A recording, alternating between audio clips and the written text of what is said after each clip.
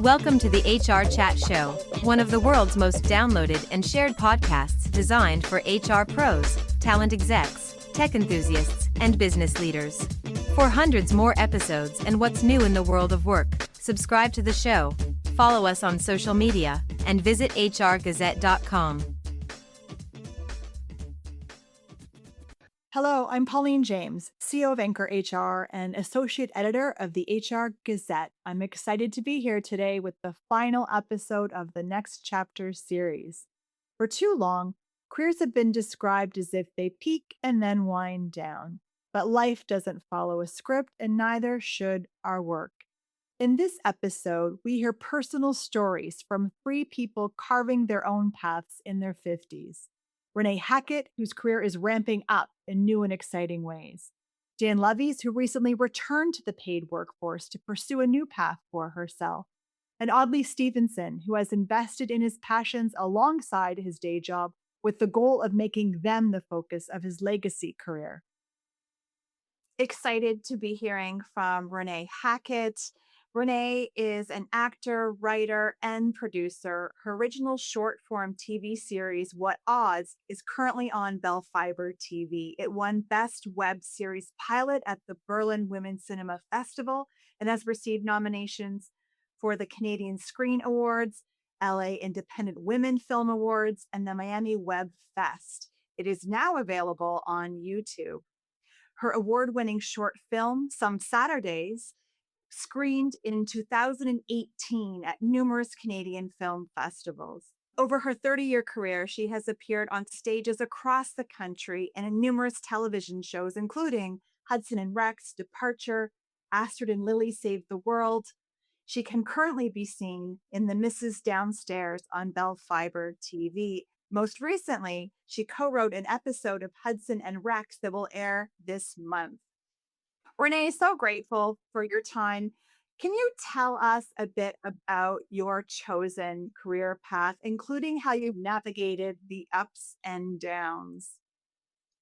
That's a good question, big question. I'm an actor, and I'm from a very tiny town in Newfoundland. And I loved theater in high school. It was just a hobby. I thought, okay, I'll just do this in high school. But I left it aside, went to university to do something practical. And after 1 year, I kind of went, yeah, no, this is not going to work. So I went to theater school, which was odd in 1990 in St. Bernard's, Newfoundland, a town of 300 people. So off I went, got my theater degree. And then the day after I graduated university, I left to go off and, I don't know, be a star. And here we are 30 years later. There's been a lot of great work in theater and TV, but negotiating it was something that was very difficult. I worked at a bar that I met a lot of my core friend group called the Brass Taps in Toronto and survived doing bar work for almost 20 years. And I'd go off and I did things like play Franklin the Turtle, Clifford the Big Red Dog. I did all these tours and I did that for a long time. And then in about 2016, I sort of went through a real, what am I doing with my life? I want to really take a chance on myself. And so I did. And I gave everything up and learned how to write and learned how to produce film. And I've spent the last 10 years diving deep into a career where I have more agency because I felt like I can't really sit around and wait for someone to hire me. There's not a lot of agency in the world of an actor, really. You're just constantly waiting for someone to say yes, and there's an immense amount of rejection.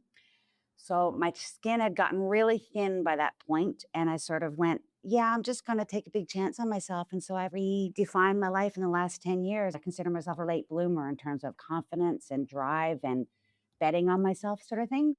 I find it so fascinating you're noting that it was when your skin felt the thinnest that you decided to go all in and bet on the future that you had dreamed for yourself. Oh, definitely. I read a quote that said, you don't know it, but you're dead already. And this probably sounds quite morbid, but it was very eye-opening for me because every day for about a year there, around 2016, every day was the same day. So I thought I need to change something because I want my life to be bigger and more beautiful and more remarkable. And so I just thought I have nothing to lose. So why not just go all in? So whenever I feel really sort of unsure or self-doubt creeps in, I'm going to just acknowledge it because I think it's important. I just sort of switch it up a bit. I love that. It's not about denying how you're feeling, but it is about what can I do differently? And I'm going to do this anyways. So, how can I approach this in a different way than maybe I was earlier today or previously? I kind of set myself up with a lot of big expectations in the past 5 years because I put a lot of pressure on myself and I disappointed myself. And I acknowledged that within myself and sort of went, you're too hard on yourself, which I can be. That's a driving force for me often. Yeah, I'm trying to really live a life that has less expectations so I can be a bit more present. Because I think goals and dreams are one thing, but expectations, I think, keep you from living in the present, which I think keeps me from enjoying something that I'm working so hard to enjoy. Yeah, that's interesting. I think about that. And I wonder, I'm asking Renee whether it's also about making sure you're more focused on execution. So you have your dream, but if you now you're bogged down by expectation as opposed to getting busy with the work that gets you there and not critiquing it every moment that you're working on it, that you can be more productive. Absolutely. And I think it's hard to realize like I've become my own boss, and that's taken a lot of time and a lot of change. And I don't take it for granted that this moment exists in my life. And I want to just embrace it and enjoy it and realize I am creating a TV show because I managed to figure that out. I'm excited about it and very grateful for it. Thank you. And congratulations. Like, Renee, I really appreciate how you called out that you had times in your life where bills had to be paid. I'm interested in your insights around how you navigated the economic realities and also made the decision at a certain point that I'm all in on this and I'm going to take this opportunity at this moment in my life to see how far I can get when I fully invest in this work. it was really hard to do that. A lot of actors have like a day job and their career. It's very hard not to, especially in Canada. It's not a guaranteed. You can be the lead on a show one day and the next day you're out for a radio ad like every other actor in Toronto. And honestly, when I did change my life around and went all in, it was really scary because I had no income. I had no fallback. But a dear friend of mine, Petra Lacco, one day she said, is it just that you are worried about money? Is that the only thing keeping you from going for this? And I said, well, yeah, I guess so. And she said, I can lend you money. And here I am, 46, really humbling. It's very touching. Changed my life. I tell her this all the time. I have a really strong group of friends that love me, that believe in me, that want me to succeed. I want them to as well. And she lent me money, and it was life changing that she did that for me. And I also had a dear friend, he's an actor in Newfoundland, Joel Hines. He also gave me a beautiful place to land. He said to me, you're moving home, just stay at my house. And I stayed at his house rent free for months because he wanted me to have a safe place to land. It was like the world just started opening up. This huge burden was lifted. I booked a play in Sudbury. I booked a play in PEI, and I took a chance on myself with help from friends, really. It's a beautiful story and the ways in which we can lift each other up in practical ways and emotional ways as well. Because what I'm hearing more than the sum to get you started and get you home and get your foundation was also helping you shift your mental model. Can you share your perspective on why your career is gaining momentum in in your I want to avoid saying later years, Renee. I would say it's a lot of self awareness, a lot of, I think you care less and less as you get older about what other people think. My network of people, my friends, my family, I care deeply what they think of me. But the noise of what someone who I don't know thinks of me, I've sort of left that. I don't think about that anymore. When you get rid of that noise, I really believe you can become successful and do what you want to do, and you can do it with kindness. I had a dear friend give me a dog. She said, I think you need a dog. I said, oh, no, no, no, no. I'm single. I'm in Toronto. I'm hustling. I'm working at the bar. I'm trying to be in writers' rooms. I can't do this. And she said, where are you going to put all that love? Best question anyone's ever asked me. And she got me a dog, my little dog, George Michael. He gets me out of the house. He gets me exercising. So those are things I think that help me keep moving forward and have momentum because I kind of get outside with him all the time whenever I'm feeling too much in my head and it helps. Thank you. And I love the themes that you continue to come back to around challenging ourselves, pushing through when it's uncomfortable, the family we inherit, the family we create, all of the ways in which we can sustain our motivation, our well being, our creativity. Oh, definitely. And I think creating anything is such a collaborative process, right? You're not a lone island. Learning how to write is a really lonely process. And I'm a very active, very social person. I like to talk out my ideas and ruminate and walk with my dog and think about it and come back. Thank you. Any personal reflections on the challenges and strengths of navigating a career in one's fifth decade, Renee?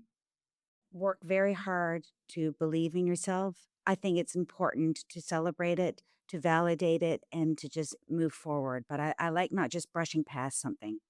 I think that's how I navigate it as I get older. Definitely. I'm not ashamed to say, oh my God, look what I just did, or look what we just did, or oh my gosh, I'm here in Mexico and I get to write this. I think patting yourself on the back is not a bad thing, really. Renee, you've spoken previously about the challenges of navigating perimenopause while ramping up your career as well. I was wondering if you have any insights or just to help the rest of us feel better about how we're navigating that personally. Well, it's really interesting. I have so many strong, beautiful, vibrant women in my life that are in their late 40s, 50s, brilliant women. And it's just such a shame. It's just this weird that when we're at our finest, menopause hits and it really shut me down. I was in a writer's room of my own. I was working on a show that I was trying to create a half hour for, what odds actually. And at the same time I was in a class where I was learning procedural writing, like cop shows, doctor shows, stuff like that. I was constantly sweating. I wasn't sleeping. I had night sweats. I couldn't remember anything. And it was terrifying. I mean, I felt terrified. I'm like, my brain is broken, my body's broken, what's happening? So I fought tooth and nail to sort of come out of that. I went on HRT. You got to go easy on yourself, take down the workload and take down the pressure and just realize your body and your mind are going through something. And instead of fighting it, I started writing for myself 10 years ago to have some agency. Menopause was on high, not getting any acting work at all. And yeah, I just sort of went, okay, I guess the universe is conspiring to make me a better writer. Universe is conspiring for me to slow down. And so I did a lot of just thinking and not pushing myself too hard. And I think that really helped me. And now I've come out the other side. Thank you. You've been generous with your candor about the real life struggles and all while you're expanding your career through your own agency. Are you able to tell us what you're currently working on? I'm writing a limited series called The Gut, set in Newfoundland. It's about a seasoned television actress who plays a TV cop. She gets fired from her long-running cop show, ends up back in Newfoundland, and gains a sense of purpose while solving a real-life crime in her community. It's very Fargo meets Mayor of Easttown. I'm diving deep into the Newfoundland landscape and not just the tourism landscape of Newfoundland, but the underbelly of it. Congratulations, Renee. I'm so Thank you. grateful to you and for your perseverance and what you're bringing to the creative scene to make us all very proud. It's so inspiring to hear about the journey that led Renee to her success at this point in her career. Next, we'll be hearing from Diane Loveys. I'm excited to be speaking with Diane Loveys. Diane enjoyed a fulfilling career as an executive in financial services marketing before leaving her job to focus on her family and volunteering to support her community. Now, using her strengths and skills, Diane is re entering the workforce and pursuing a new career. Diane, can you talk us through the key decision points you faced throughout your career to date and how you've navigated them? Well, a long, long time ago, I was in financial services marketing, started as a project manager there and worked my way up to AVP level. Loved it, but I also realized very quickly on that I'm an all or nothing worker. So when I was there until what was needed to be done got done. Wasn't very good at putting in boundaries or timelines. Time just didn't exist. I just carry on until what was required got done. Took a lot of pride in my work and loved it. And I loved financial services because it was technical, complicated, and it was also an opportunity to continually learn about more products and the nuances of it. So when we decided to have children, whether you like it or not, priorities do change. So shortly after that, my husband and I talked and we decided that it might be better for family life if I was home and he had income. Our circumstances were such that I had a cap on earnings and he really didn't. So we thought that would probably work the best. And we also knew that at any point, if I had to go back to work, I could. With the children, we also had those severe food allergies that required a bit more navigating, a bit more research, and a little bit more engagement, as well as a bit of a different mindset with the children in that you need to really help them understand that at the end of the day, those allergies are theirs. It's their responsibility. You build frameworks around it all and you put in some safeguards. They have to do what they need to do to safeguard against that and whatever they're comfortable with. So that was kind of an interesting aspect of raising. And it also required a little more work on everything we did, navigating to make sure everything was safe, but we're also setting up that approach with them in being able to manage it on themselves. Thank you. Yeah. So I appreciate that insight into the decisions and also appreciating just your own assessment of yourself, that you're kind of all or nothing about work. And when the priorities shifted, then recognizing what was going to work best for you and for your family. With that, can you tell me about the decision to return to paid employment? The decision to return to paid employment was not necessarily a decision. It was more an evolution. I did volunteer for a long time and it was great, but I did feel that it was often based on the context of what was going on in our lives and where I saw opportunity to improve or help or build some community through volunteerism. As the kids became more independent, there came a point where I did feel like I needed something that was engaging and keeping my mind active, but also something that helped me feel fulfilled. And I've always had an interest in travel. So the travel industry seemed like a good fit that would fit around flexibility, but also capitalizing on this ability to learn and then organize information and package that back for the end user to in a usable format.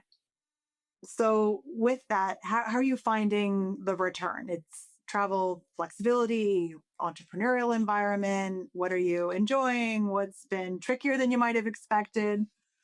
The entrepreneurialism I don't love. I'm not a natural salesperson and I don't really see travel agent as that. It's more consultative. When I work with clients, I like to put myself in their position and understand their priorities so that the solution I provide back to them is reflected in that. And money has really never been my driving factor. It's more self-actualization and organizing and taking a lot of information and repackaging that in a usable format. It just seemed like a natural fit that would allow me to work at any time and from home around my schedule or client's schedule, while I could still prioritize our family schedule. The other area that really interested me for travel is that I'm an experiential learner. So going someplace and learning is always more impactful. And it's also something that is really enjoyable. I also lived in Spain for a year in high school on an exchange program, got posted with an incredible family that I'm still in contact with. But living in Spain for a year really opened up my eyes to different culture, different way of life, different way to see things, and even snippets of travel lends to greater understanding of things and appreciation. And so the travel industry allows me to continue to learn and experience some of these things. It's an area that I have a lot of passion for, and it made sense because I could help other people and also help ourselves with that type of role. Thank you. And you're someone who has always loved to go deep, to plan your own trips and those around you. Yes. Yeah, research is basically my go-to spot. Part of family life and priorities as time has moved on and our children have gotten a bit older was also sandwich generation, meaning my parents also started having some needs. My dad got sick a number of years ago, and the first thing I naturally do is I research if I don't understand something.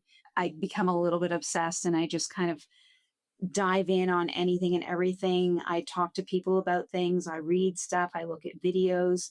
Again, the travel industry was a good way of capitalizing and using that strength. And with your children's allergies, was that also a driving force for taking control of planning itineraries for your family? Yeah, we wanted to make sure that we were traveling with our children as they grew up to give them exposure to different experiences. With the allergies, travel becomes a little bit more complicated because you need to safeguard against the possibility of an allergic reaction. When they do happen, it does require medication and a trip to emerge. It also tends to be one of the things that you remember most about a trip or an experience, unfortunately. So you try your best to avoid those. Unfortunately, they're not completely avoidable. Mistakes do happen, but in planning travel, again, this was another big driver that, it required more research, it required more organization, more planning to make sure we were safeguarding. So just like a simple example is when we travel, we rarely do hotel rooms. We almost always do apartments so that we have that ability to make most of our meals. Having said that, there's also benefits to all of these things. I do enjoy cooking, but it also meant that you could go to the local grocery store and learn a little bit more about the culture of that area and with the different product offerings and different terminology. And that element of it is kind of fun. But you do have to plan and be aware and research some of these things before you hit the road. Amazing. And now you're helping lots of other people plan their trips and leveraging your strengths in that regard. Do you have any advice for those who they'd like to return to the labor market, but they're feeling nervous about it? They're feeling intimidated, may not even know where to begin. It's really about priorities, returning to the workforce at a different stage in life. You will see things through a different lens and you have to pay attention to those. Ideally, you want to find something that can still allow for those priorities to remain priorities, whether it's flexibility around schedules or other needs. Working from home is an opportunity now as a result of COVID that we didn't necessarily have before, which is actually really nice. And the other big thing is as you move through life, you better understand what your strengths and weaknesses are. So it gives you the opportunity to look at those, reflect, and try to find work or paid employment opportunities that capitalize on the strengths, minimize those weaknesses so that you can find something that you enjoy and is more fulfilling and works better for not only your strengths, but also your lifestyle. A new endeavor is always nerve-wracking and it can take some time to overcome that fear, but it's not necessarily just one step or one decision. It's often an evolution that pushes you towards that. And every day that you're taking on that new venture, learning is one more day under your belt to getting a handle on it and overcoming that fear and becoming good at something and moving towards what your goal or fulfillment or needs are in taking on that new role. Probably the easiest thing is just to talk to people who might be in a similar role and talk through some of what they like, what they don't like. Maybe reflect on some of the things that you really enjoy, that you find motivating and interesting, to see if there's opportunity for a role in those areas as well. There's always opportunity to reflect on some of the things you've done, whether it's volunteerism, paid employment. Focus on the things that you enjoyed about those experiences and the areas that, again, motivated you and kept you engaged, to try to capitalize on those. Actually, another area where I felt a little bit stuck, and my children have gotten a bit older, they're late teens, early 20s, and I'm not ashamed to say that where I was feeling nervous or needed some help, I went to them and I said, you're out there recruiting and you're out there networking.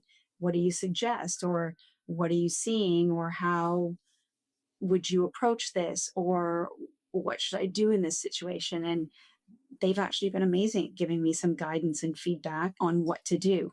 Everything from like interview prep to the tell me about yourself question to different media outlets and social media and what it's for and how you can help promote yourself. So, those kids and family members often have a lot of information and knowledge and insights that can help you get over that hump. My kids have been a huge support for me.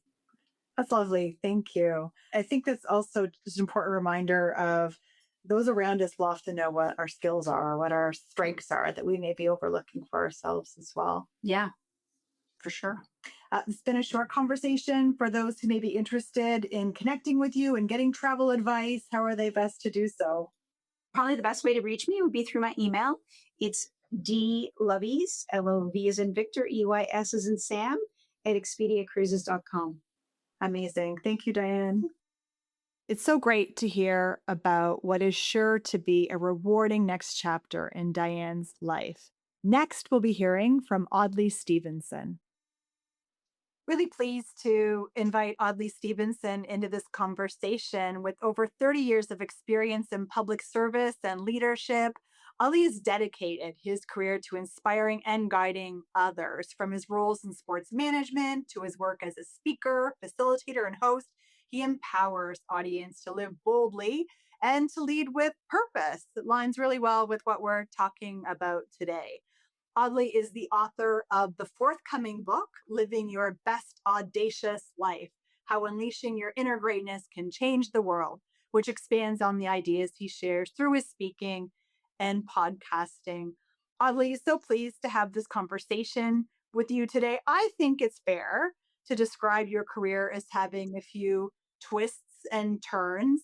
We worked together a number of years ago, and I recall at that time you taking a part-time job on top of your full-time job to get closer to the basketball court. I was wondering if you can walk us through your journey.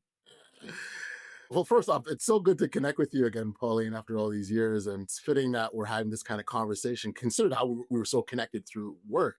I think for me, the starting point has always been not being afraid to try something. Just give it a shot and see. I started at the federal government 30 years ago, and I remember vividly going into employment center offices, and I remember going in, I saw this sign and said, "Hey, do you want to work with the federal government?" And I remember literally going, "Oh, let's try and see." And I think that's try and see filtered in everything that I do. And it's funny you bring up the basketball because that was a purely selfish. I want to be close to the game of basketball.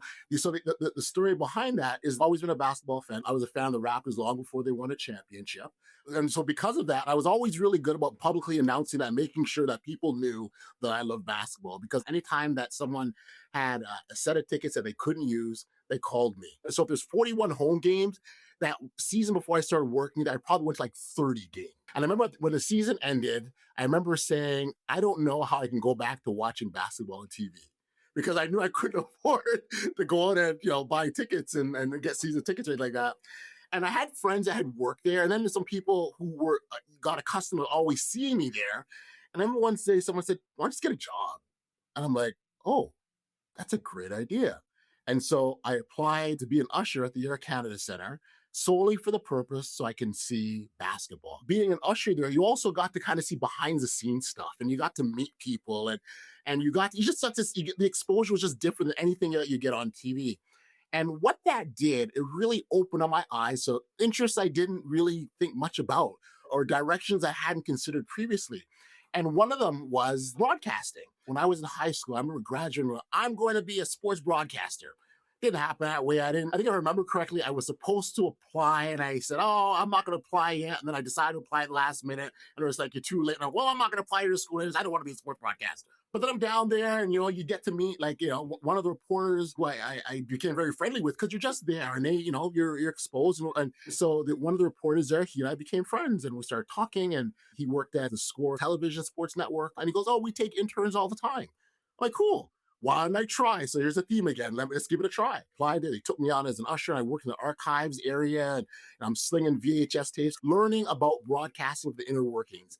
And at the end of that term, I had met one of the on-air reporters. His name was Dave Mendonca. And Dave Mendonca was a basketball fan like myself. And so we naturally hit it off because we were Raptors fans. So that relationship that we developed eventually led to us doing this thing called podcasting.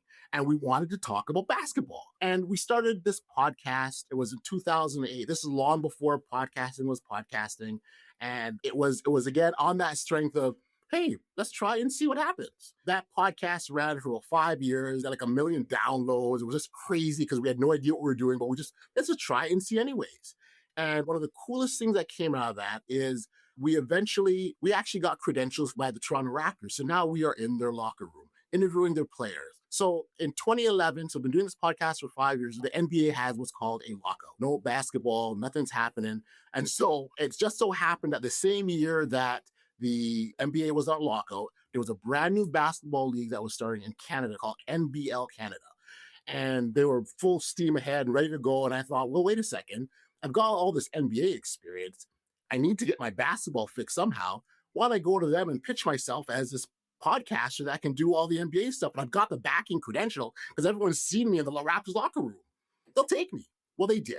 I started on as a volunteer and I started doing similar type of work with them. And then I started working the communications. Then I started working their public relations area. And I just started building on what I was doing. 6 years after the time I approached them as a volunteer, I was appointed the commissioner of NBL Canada. Blessings upon blessings, didn't see it coming, but it did so much for me. And it really allowed me to expand myself. And so now, we've got this pro league. I'm traveling to the Maritimes and across Canada, different points, promoting the game of basketball. And so from that, it's just been a journey. And the speaking has naturally come out of the work that I've done. The podcasting, throughout the years, I've had various different ones. My current podcast, it's called the Audacious Living Podcast. I started that podcast because I was in the pandemic and I had lost basketball. When the plug got pulled on all of us, I literally felt myself going through this state of depression. Like, what do I do? Hey, I'm a podcaster. I've always been doing this thing. I can do it again. And so I jumped back into podcasting, but I said I didn't want a podcast about basketball. I wanted to do something different. And I did this analysis of my life, my successes, my milestones, my accomplishments. And I saw this red thread of audacity. And that's it. Audacity was got me to this point. And that's what birthed the Audacious Living Podcast. And I think I have 600 episodes since then.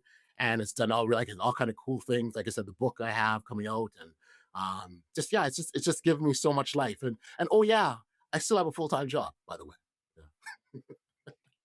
Audley, thank you so much for sharing that journey. And there's so much in there that I love. You talked about declaring your interest and making sure everyone knew what you're passionate about, finding ways to get as close to it as possible, and experimenting with different ways to stay close to your passion. I just love hearing your journey, Audley. I think it's interesting for people too, when you think about the different paths that we can choose. And you did maintain your professional full-time career supporting the Canadian public, and you pursued your passion for sport, your passion for public speaking, more than off the side of your desk. You really built out in a very robust way through multiple channels over your career part-time, while being a motivated and attentive parent as well.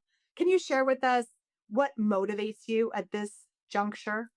When I go back to the discovery of what I wanted to podcast about, one of the main reasons, like I say, why I did 600 episodes, because I'm passionate about it. And that passion comes because it's something that I truly, truly believe in. And because I had seen many, many instances of audacity played out in my life, I just didn't label it, Pauline. I didn't know, hey, you're being audacious. I was just being Audley Stephenson. And it wasn't until I was able to label it and see it, I was like, oh, this thing has always been there. And so in my book, the second chapter, it's called The Roots of My Audacity. And I talk about my parents. I talk to them each individual because the fact that I am who I am makes total sense when I look at them individually. My mother just never quit, never die, and keep going. Everyone loves her. She's just adored. There's so much about her that is purely the definition of audacity. My father, who also is a character in his journey of audacity, not as pronounced as my mom per se, but very, very strong. My parents had split up when I was only 6 months old. And so I grew up not knowing my father. And we were working together. It was in around that time, it sort of reappeared in my life. And when you stop for a second, just for that alone, like he was the one that reached out to me, a son he's never had any contact in 20 plus years. He's reached out not having any idea how I would react, how I'd respond, if I'd receive him, if I'd accept him, no idea. And here's the thing, how often do we say, I want to reach out, but too much time has passed, I'll just let it go, right? But the more audacious step is, you know what, I'm going to reach out anyways. And that's exactly what he did. And so when I sort of talk about the roots of my audacity, I look to those two individuals as key contributors. And now that I've labeled this thing, I understand where it's come from. I'm like, oh my gosh, I need to be very, very intentional about what I do with it. And so I want to show examples through my daily living, but I also want to encourage others to do the same. You all have to be audacious because it can bring about so many wonderful benefits in your life. And I truly, truly believe that the gifts that we have inside of us, they naturally are there to inspire and impact other people. And so my motivation continues to be just that. Do everything I possibly can to get people excited about life and contribute in a positive fashion.